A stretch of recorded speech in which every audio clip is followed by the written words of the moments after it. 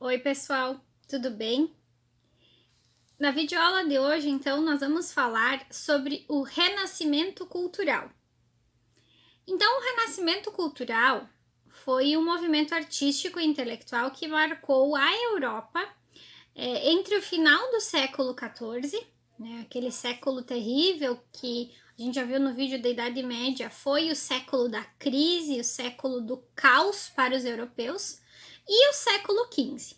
Então, nesse período aí, nós temos a passagem do modo de vida da Idade Média para a Idade Moderna, para o modo de vida da modernidade. Então, nós temos a ocorrência do renascimento cultural nesse período de transição entre o sistema feudal, que estava em declínio, que estava em decadência, para o sistema capitalista que vai se desenvolver durante a Idade Moderna. Então, o renascimento cultural aconteceu em qual contexto? Ele aconteceu no contexto do renascimento comercial, a partir dos séculos 11, 12, 13, que vai se fortificar esse novo modo de vida. E o que acontece no renascimento comercial que permite o renascimento cultural? Então, com o renascimento comercial, nós vamos ter aí um acúmulo de riquezas, um acúmulo de dinheiro, de condições financeiras que vão possibilitar o financiamento aos artistas, aos intelectuais do Renascimento. E o renascimento urbano também é outro fator que contribui para a ocorrência do renascimento cultural. Por que o renascimento urbano contribui para o renascimento cultural? Por vários fatores. Porque com o renascimento urbano foi possível construir novas mentalidades na Europa, formas diferentes de ver o mundo, né? Principalmente nesse contexto aí pós-peste negra, fome, revoltas camponesas, em que as pessoas tinham medo da morte. A morte era uma constante na vida dos europeus e havia muito esse medo de ou ficar doente, ou morrer de fome, ou se envolver num conflito. Então, as pessoas, pós-crise do século XIV, elas começam a querer aproveitar a vida, a pensar que a vida não é só trabalho, só resignação, que a vida poderia ser mais do que aquilo que eles viviam. Então, o renascimento urbano ele contribui para essa construção de novas mentalidades, para formas diferentes de ver o mundo, e também o renascimento urbano, junto com o renascimento comercial, contribuem para que ocorram trocas culturais entre os povos, uma vez que o comércio vai permitir uma troca cultural, troca de conhecimentos, especialmente entre o Oriente e o Ocidente. Então, nesse contexto aí do renascimento comercial e urbano, nós vamos ter as bases, as possibilidades para a ocorrência do renascimento cultural. Então, sobre a questão do renascimento cultural, o que os renascentistas, como ficaram conhecidos, os artistas, os intelectuais desse período, o que eles queriam? Eles desejavam profundamente resgatar, fazer renascer a cultura greco-romana, os valores greco-romanos, porque eles consideravam que aquelas sociedades da antiguidade clássica, a Grécia e Roma antigas, mostravam, representavam toda a capacidade humana de viver, de construir conhecimentos, de construir obras-primas, obras de arte e grandes construções. Então, a partir desse desejo, desse objetivo dos renascentistas, vão começar a se misturar vários valores cristãos, porque a Igreja Católica era uma instituição poderosíssima nesse período, vinha desde a Idade Média com esse poder, essa hegemonia sobre a mentalidade das pessoas e também ditando regras, mantendo a unidade num mundo que não havia unidade. Então a Igreja Católica e os seus valores cristãos vão se misturar com os valores do mundo antigo, né, dos gregos, dos romanos, aquilo que eles tinham muito forte de valorização do ser humano, com os novos valores propostos pelos renascentistas, porque apesar deles quererem fazer renascer a cultura greco-romana, eles também tinham novas ideias, novos valores para o mundo. Além disso, nós vamos ter aí a influência e os valores de novos grupos sociais que estão emergindo na Europa nesse período, que é o caso principalmente da burguesia. A burguesia, a gente viu que ela começou a surgir a partir da Baixa Idade Média, quando se intensificou a atividade comercial. Então, os burgueses, além do dinheiro que eles tinham, das condições financeiras, eles tinham conhecimentos diferentes, ideias diferentes para o mundo. E aí, todos esses valores, essas ideias, essas propostas, essas crenças vão se misturar nesse período que aí nós temos a passagem da Idade Média para a Idade Moderna. E vejamos que o Renascimento e essa mistura de valores, essa mistura de ideias, vai contribuir para a ocorrência de eventos futuros, como, por exemplo, a Reforma Protestante. O berço do Renascimento foram as cidades italianas. A Itália não era Itália ainda, né? Era a Península Itálica, formada por várias cidades-estado. Por isso nós falamos em cidades italianas e não em Itália. O que tinha nessas cidades italianas que fez com que ali surgisse esse movimento cultural e artístico? É justamente a questão da prática do comércio. As cidades italianas tinham como atividade principal o comércio. A atividade comercial era fortíssima. E foi justamente ali onde os burgueses, os comerciantes, eram pessoas muito ativas, participavam ativamente da vida da sociedade, da vida da cidade por causa do comércio, que eles começam então a mostrar, né, eles desejam mostrar o seu poder, a riqueza que eles estavam acumulando e assim também mostrar o prestígio que havia dentro do grupo social dos burgueses para com a sociedade. Como é que eles vão querer mostrar isso, gente? Como é que eles vão querer transmitir este poder, esta riqueza, esse prestígio? De uma forma bem simples e objetiva. Eles passam a proteger e a financiar os artistas e intelectuais do Renascimento. Essa prática de proteção e de financiamento para com os artistas do Renascimento ficou conhecida como mecenato. E os burgueses que financiavam os artistas eram os mecenas. Isso foi muito importante para que o Renascimento acontecesse, para que todas as obras, tanto obras artísticas como obras literárias ou científicas desse período, conseguissem se concretizar, justamente por causa da prática do mecenato. E vale lembrar aí, vale a gente destacar que não eram só os burgueses que eram os mecenas, que praticavam o mecenato. A própria Igreja Católica, ela foi grande financiadora de artistas do Renascimento. A gente vai ver posterior que artistas são esses, mas a Igreja Católica também era uma mecena, praticava o mecenato, financiando e protegendo artistas deste período.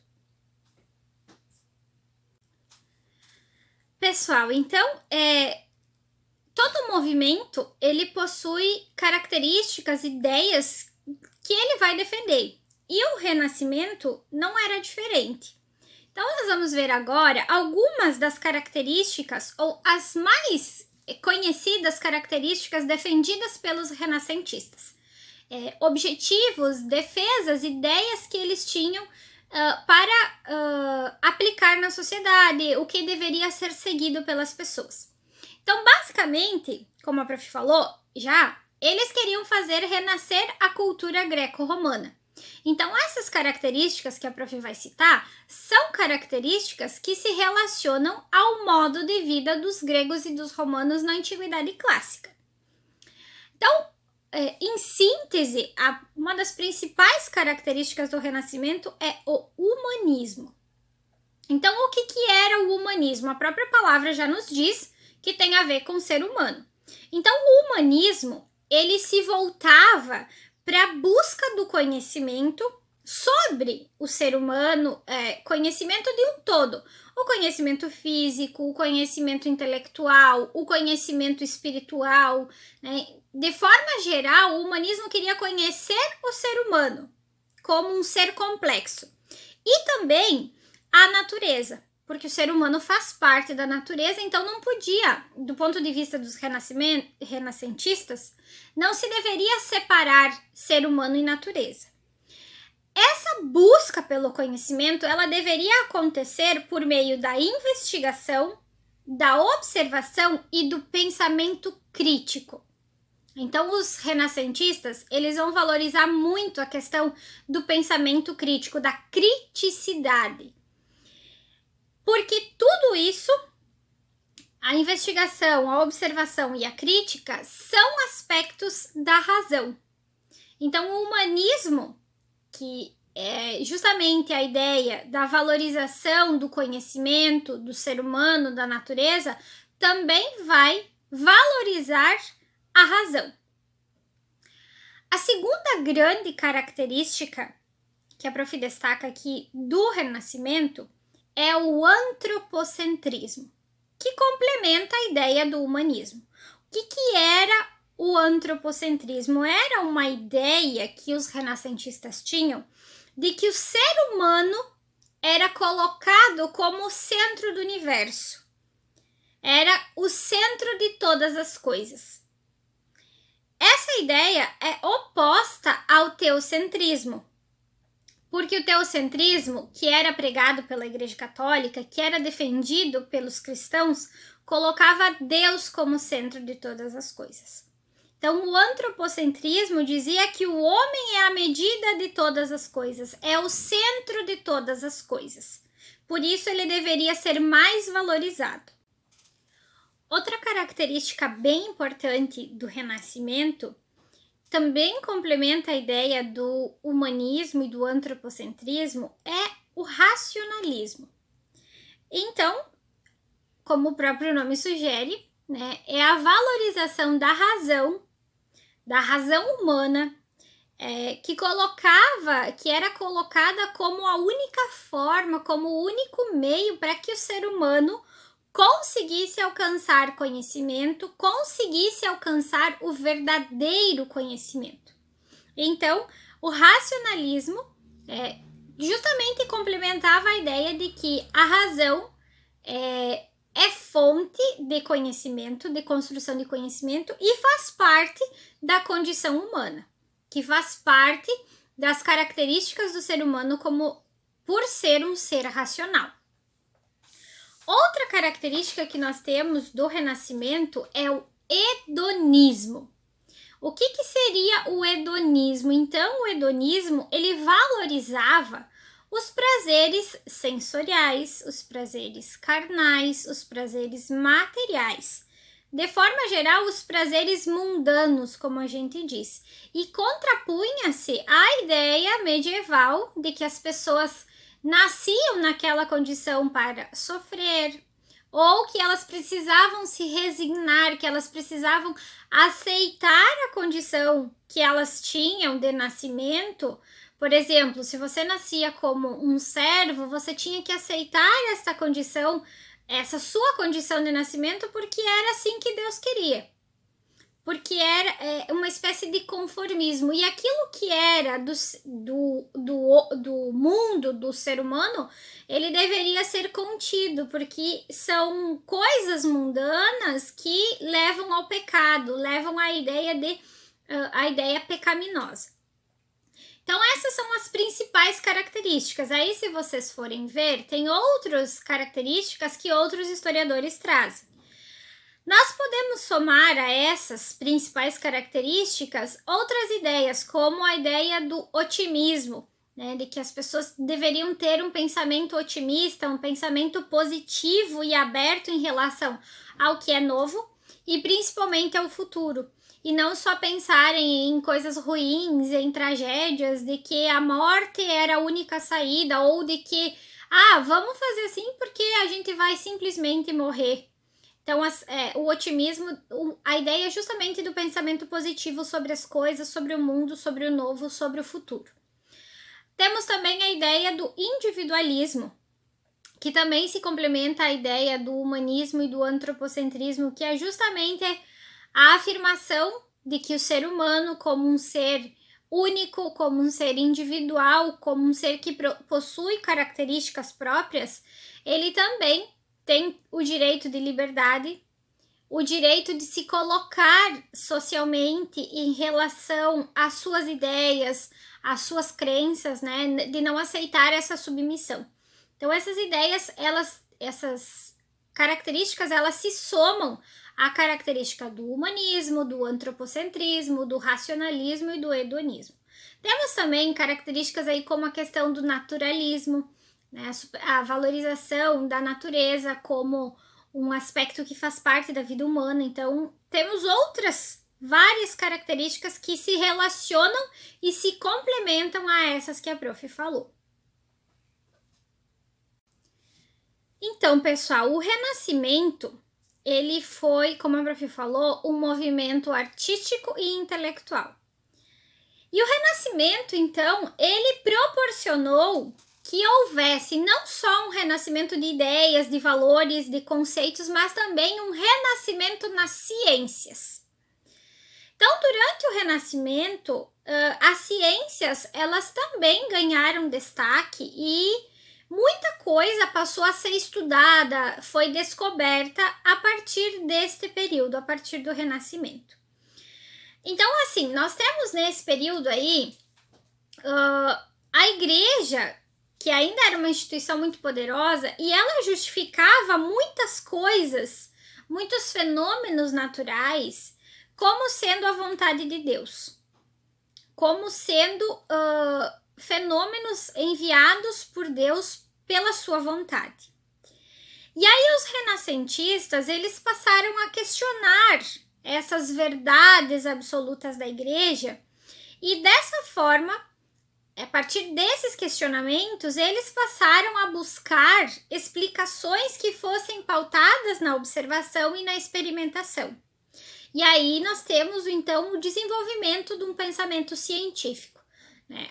A observação, a experiência, a crítica, o questionamento, a dúvida. E aí a prof vai destacar aqui dois cientistas muito importantes desse período aí. Tem outros, mas a prof vai destacar o Nicolau Copérnico e o Galileu Galilei.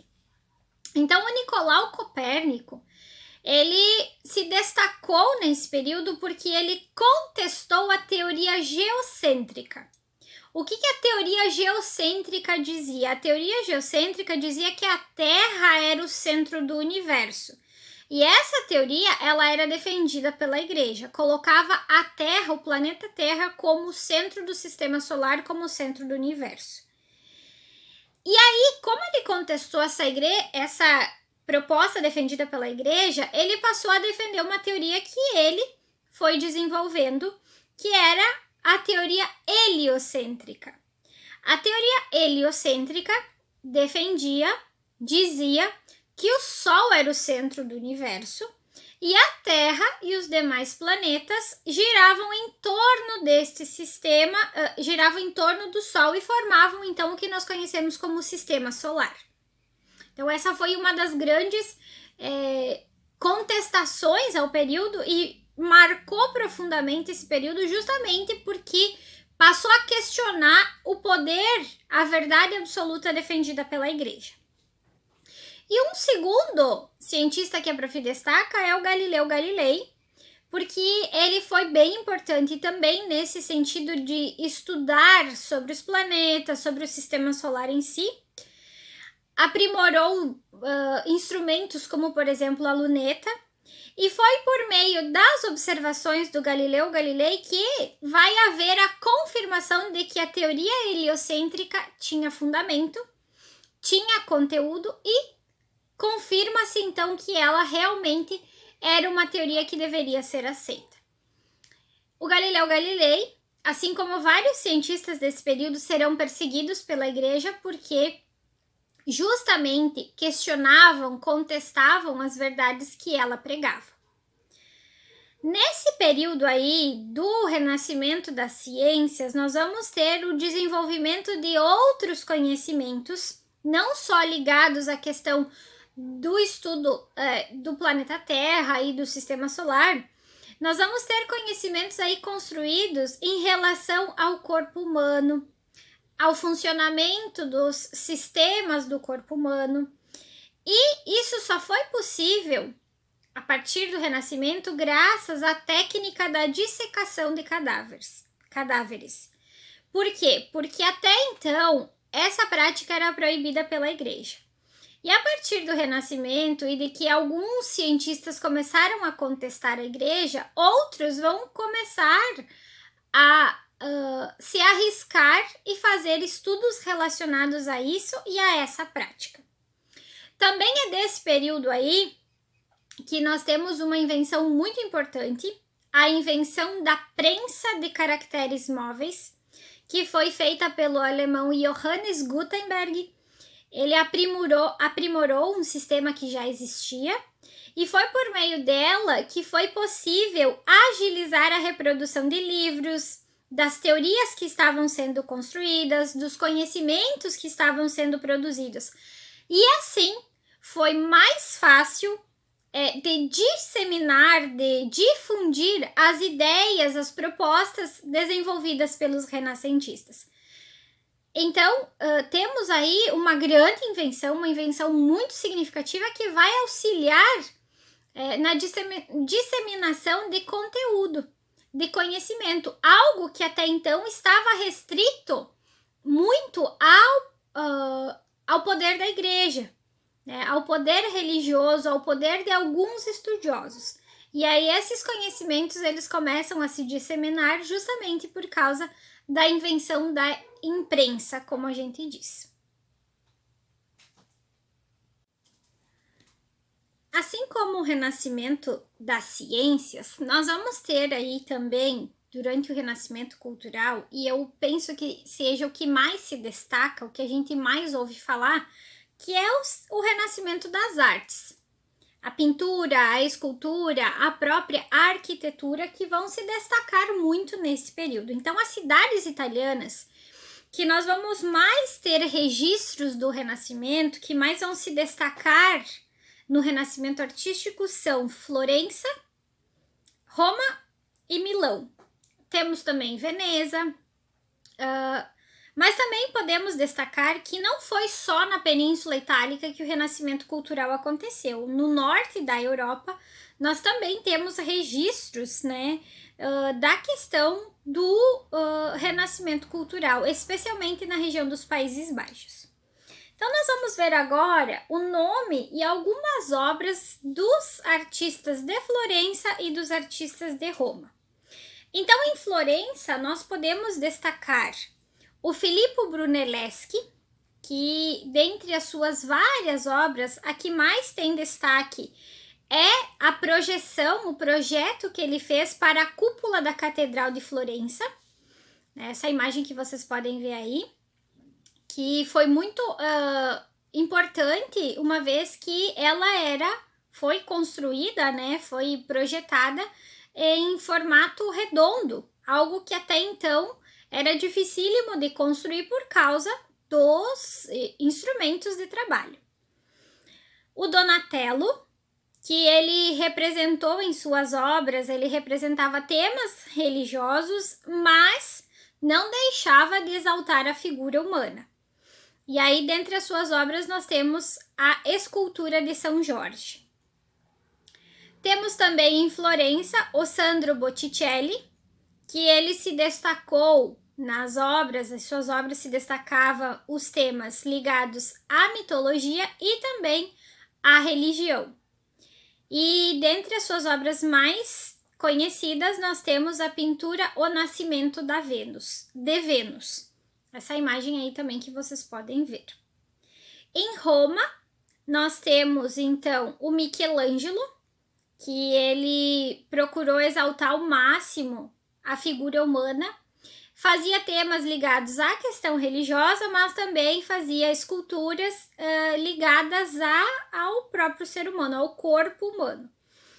Ele sim, assim como a Prof tinha falado antes, o Michelangelo foi um dos artistas patrocinados, financiados pela Igreja Católica, porque uma das suas obras mais famosas é justamente a pintura que ele fez do teto da Capela Sistina. Essa imagem que vocês podem ver, que é riquíssima em detalhes. Em Roma, nós também temos o artista Rafael Sanzio, que foi conhecido como o pintor das Madonas, justamente pelas várias representações que ele fez da Virgem Maria com o Menino Jesus. E aí, nessa imagem que a Prof colocou, nós temos a Madonna de Granduca, então uma das suas várias pinturas a respeito de Nossa Senhora da Virgem Maria. E temos também em Roma, muito famoso, muito conhecido, o Leonardo da Vinci, que foi considerado pelos renascentistas como o exemplo de homem universal, porque ele não era só pintor, ele era matemático, ele era astrônomo, ele estudava várias áreas do conhecimento. E dentre as suas obras, a Prof destaca aqui a Última Ceia, a pintura da Última Ceia e, lógico, né, a pintura da Mona Lisa, que é considerada uma das obras mais famosas do mundo. Então, gente, esses são os artistas de mais destaque da Península Itálica, das cidades de Florença e de Roma. Também é importante a gente destacar que em Florença ainda tem o pintor, né, que tinha como foco de pintura a arte gótica, que era o Giotto. E ele é considerado um dos precursores do Renascimento na Península Itálica, na cidade de Florença. Então, esses são os principais artistas que a Prof destaca aqui. E é importante a gente falar nessa questão das artes, pessoal, as inovações que esses artistas que a Prof citou fizeram na questão da pintura, da escultura, da própria arquitetura, porque eles passaram a inovar na arte, na questão artística. Passou a se pensar muito mais em fazer pinturas, em representações que mostrassem, que recriassem a realidade vivida, que buscassem alcançar a perfeição nas formas que estavam sendo representadas. Por isso que a arte renascentista, ela é representada com muito detalhe, com muita perfeição, buscando sempre alcançar essa ideia de mostrar de fato a realidade. Nós vamos ter aí também a ideia de que os artistas vão passar a usar a perspectiva, né, para criar a impressão de profundidade nos desenhos, nas pinturas, a ideia de volume na pintura. Vão fazer também o uso, vão inovar nesta área da arte, a questão da utilização de técnicas de luz e sombra, para fazer uso de cores, de tons, de variação nessa questão da pintura. E aí é importante a gente destacar que tudo no Renascimento, fosse a ciência, fosse a arte, defendia a ideia do universalismo. Ou seja, de que o ser humano ele deveria buscar se desenvolver em todas as áreas do saber, né? Assumindo uma posição de construtor do conhecimento, de construtor de posicionamentos a respeito da vida, que ele fosse desenvolvendo um mundo mais dinâmico e que mostrasse a transformação do mundo. Então, a respeito do renascimento é isso, gente. Espero que vocês tenham gostado, que tenha sido fácil de compreender sobre esse assunto que é bem importante no início da Idade Moderna, que vai contribuir para a ocorrência de outros eventos históricos, como a Reforma Protestante e a própria expansão marítima europeia pelo Oceano Atlântico. Um beijo a todos e até o próximo vídeo.